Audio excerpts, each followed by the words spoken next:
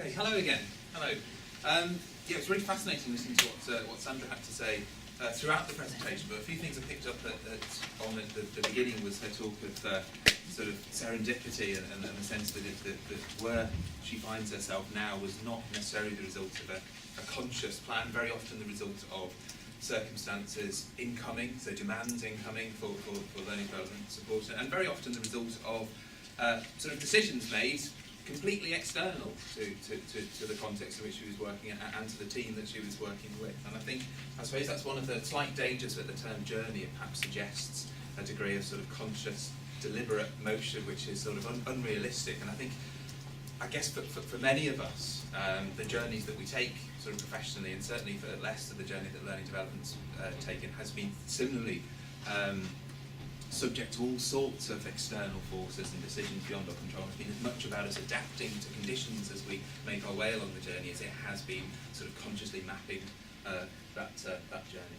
So before I go on to talk in a little bit more detail about the experience at Leicester and where we are now and how I think retrospectively we've ended up here, you might have noticed on campus, possibly not because they're outside the library, that Leicester University Theatre are currently performing the complete works of William Shakespeare. They've been at it 24 hours a day since Monday, and they're due to finish today. And because of the weather conditions, I did notice when I came back during the coffee break, some of them are performing in the lobby downstairs. That's not an invitation to leave now, obviously, and go now, but over lunch, if they're still there, you might have a chance to catch. I don't know what production they're up to at the moment, because if they're doing it chronologically, they must be sort of nearly there now with the later plays of Shakespeare. What's that got to do with this? Well, in probably in entirely bogus fashion, I've attempted to shoehorn in some references to Shakespeare in tributes to our theatrical students. And I thought each theme I'm going to talk about is preceded by a quote from Shakespeare, and I thought it might be fun if before I reveal the source, you might have a go at guessing where it came from. When I say fun in the educational sense, I don't mean actually fun. I mean you'll be forced to do something. Okay. So before I tell you about the journey, then this is the quote which is from, of course, Romeo and Juliet. Yeah. Okay. All right. Okay. Good. Juliet speaking, I believe, in Act 2, Scene 2. And I've chosen that in order to give you some background, partly because for us, sort of what we're called has been not so much a kind of a superficial question or a branding question. It's actually been quite fundamental to where we've been positioned and where we see our future. So, by way of background then, I think I've got some of the earlier dates, the sort of 2004 precedes my arrival at the university, so I think the earlier dates are they're more or less accurate, I believe. So there was a teaching and learning unit which consisted of staff developers and also one learning developer providing central support provision to students. Then there was the creation of the Student Learning Centre, which was a standalone learning development unit, which you'll see in a second, provided central service as well as building up a body of embedded sort of integrated practice. Then from 2009 onwards, there's the creation of a service called Student Development, which comprised of the Student Learning Centre and the Career Service. And within that, we had Learning Development. So myself and colleagues here from Learning Development at Leicester lived within Student Development alongside Career Service colleagues within Student Development. The decision was taken last year. It was renamed the Career Service, and then there's nothing to follow in 2012, which doesn't mean to say we've been closed, but that's just to say that there are changes afoot, and I'm going to, at the end of the presentation, I'm going to talk a little bit, I think I'm going to say as much as I'm allowed to say about the changes that are afoot, which I think should be quite positive and should address a lot of the issues that we're interested in today when we're thinking about how we embed and integrate learning development, but I'll come back to that in a second.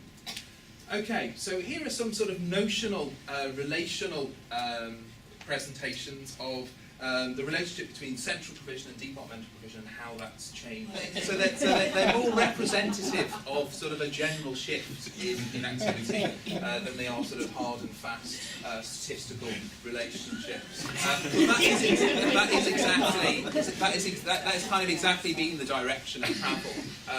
Sort of in the early days, it was predominantly central, with some departmental provision. We reached the stage when we had a service review in 2008-9, where we were more or less at 50-50. And when we last looked, we did an audit of departmental practice, and when you look at the sheer student numbers, so when you just measure it by the number of students we engage with through embedded, what we call embedded practice, it by far represents the majority, not to the detriment of central provision, certainly not, but that has been the direction of travel. I'll talk a little bit in a second about what the drivers have been. Types of activity, the full breadth. Sandra's mentioned many of them already, so it might be involved in course design or module design, it might be delivering workshops within modules, it might be providing online, facilitating online engagement.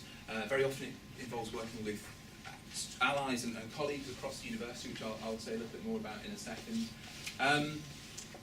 Or it might involve academic departments taking existing resources and adapting them for their purpose. So there's a full spectrum of us being the sort of key agents of delivery, right through to working with academic colleagues to integrate learning development materials into the modules and the courses that they teach. The challenges are, I guess, pretty much shared by everyone in the room. The challenges include resource, obviously, because so whilst it's been desirable to have much more sort of curriculum presence, so to speak, that has placed pressure on existing learning development resource. And the challenges are also conceptual, and that's what I'm going to come to in just a second, because I think it's been alluded to already. When people are working from very different definitions of what embeddedness actually is or what it looks like, sometimes you can arrive at an impression of embeddedness or integration, which is sort of sometimes quite superficial or nominal rather than actually embedded as we would like it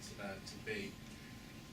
Okay, so sticking with the journey theme, the drivers, the fuel, and the fellow travellers. So the drivers were generally just a desire on our part to engage much more in the curriculum, not to just operate as a central unit. A recognition that, however important that work is, it will only ever meet the needs of a certain number of self-selecting students, and there were resource reasons for doing that as well, and just a genuine desire to be more involved in the learning and teaching culture of the institution and understanding that learning development had a role to play. So to go back to the points that Mark was making at the beginning, a desire on our part to be a player in those discussions about how learning and teaching happened.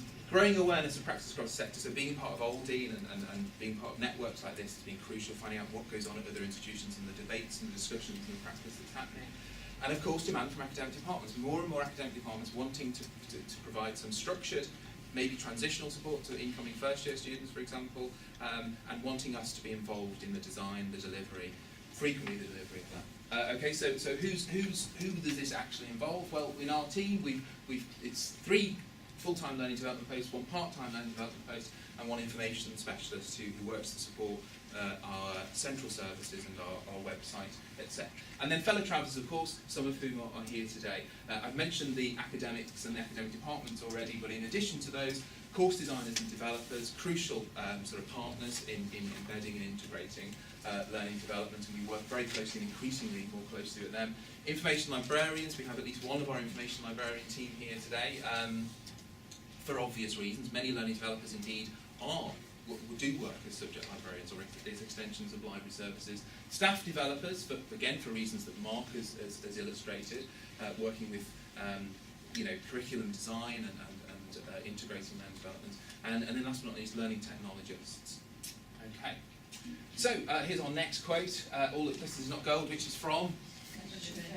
Oh, very good, very good. Okay, so this kind of refers to what can sometimes appear as embedded practice is not necessarily what we would want to be embedded practice, or what we would recognise as good embedded practice. And in order to try and illustrate this, some very inconsistent observations. So this isn't universally the case, but this is based on some observations made last term of the kinds of things that we did with students. So we've got a sort of an embedded axis and an integrated axis. So embedded here, by embedded I mean it's present, so it's there. So you might want to contest that that's what it means, but not now, you won't. We've got integrated, which, as far as I'm concerned, is how far students are able to properly sort of integrate their learning into the context in which they're having to produce work and undertake research, etc. So here are a few examples. And again, these aren't consistent observations, so some of these could turn up in different parts of the the diagram depending on the context. But sometimes we've had, for example, very what look like very embedded interventions, so first year transitional modules where students have attended, the department has timetabled the work, they've made a big play of promoting it, but there hasn't been the opportunity to integrate it, partly because of the absence of reflection, which has been mentioned before, partly because of the absence of what's in the box above, the links with mainstream curriculum practice. So sometimes even when you're present in the curriculum, the links aren't being made. And it's not, it doesn't represent what I would classify as properly sort of integrated practice. And I think what's interesting about this is that sometimes embeddedness or integration is talked about, does it take place in the centre or does it take place on the timetable? And I think it's much more complex than that, and I'm sure you know this already. But sometimes I think some of the most integrated things or integrated learning experiences that we have with students are actually not in a discipline-specific context and not in a curriculum context. They're students who've come along and have brought their experience with them, have brought their needs with them, have brought a willingness to discuss their needs with them, and are actually much more ready to integrate the learning into the context that they work in. So I suppose the point about this is just to get across that for us it's not just about where it happens, it's about what happens. Okay? So next quote then, this is also significant. This is from the play. Hazard a guess. Sounds like Morrissey. Nowhere near as impressive as Morrissey. Yeah. Okay. And any ideas what this might relate to? Yeah, so this isn't representative of student feedback as a whole. I must stress that, especially as it's being recorded. Student feedback is very, very positive, we're pleased to say, but I think we do tend to obsess about the feedback that isn't, and sometimes this is how sort of negative feedback can feel. But one thing to say about student feedback, and again, as Mark has alluded to this, is that sometimes the stuff that we think is embedded, once you ask the students, how did you find that experience? Did you find that you could relate it to your experience? Very often the answer is, well, not really, or not particularly because it was at the wrong time, or it was at the wrong stage, or it didn't deal with themes that were relevant to what I was working on. Okay, so let's think about what we want to do next. Final quote is from Liam, is it? Ben.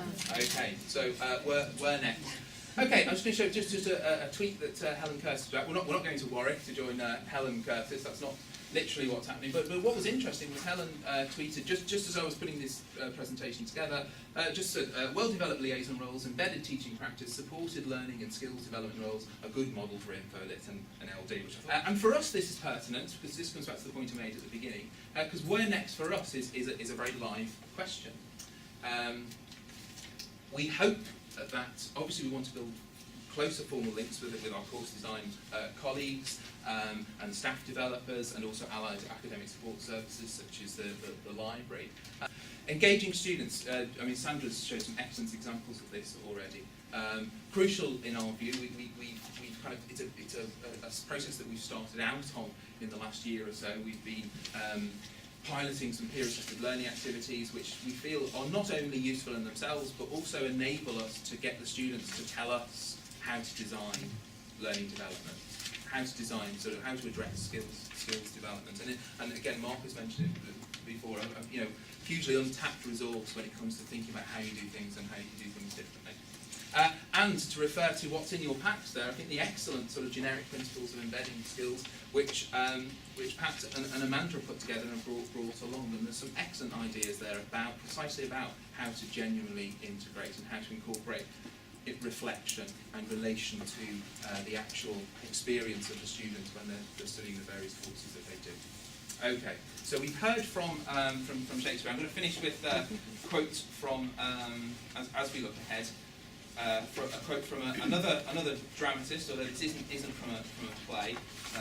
There'll be a chance to guess. But I think this is a really, for me, it's actually very life-affirming. This quote. It might not appear so at first appearance, but I think it is. And you might know it already. You might know where it comes from.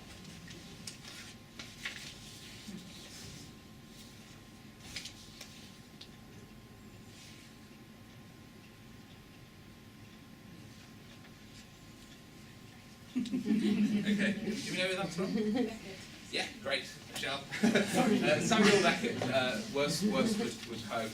And I don't know, I think, on the face of it, potentially quite a bleak prescription, the idea of sort of never-ending failure. But for me, I think it's really, really important, because what it tells you is that, there's a sort of momentum there, and you have to, you do have to keep going, and there isn't a sort of an option to design something that's going to be a sort of completely successful. There will be failures, there will be challenges, there will be setbacks, etc. But I think the idea of failing again in a sort of positive sense is actually, I can see I might not be selling people on this. It's too late to go back now. Said it. We're not about to change. We've got our URL is succeed in your studies. We're not about to change that to fail again in your studies. But I think that notion of keeping on with it anyway, of being reflective and reviewing and doing it anyway, and hopefully doing it better than you did,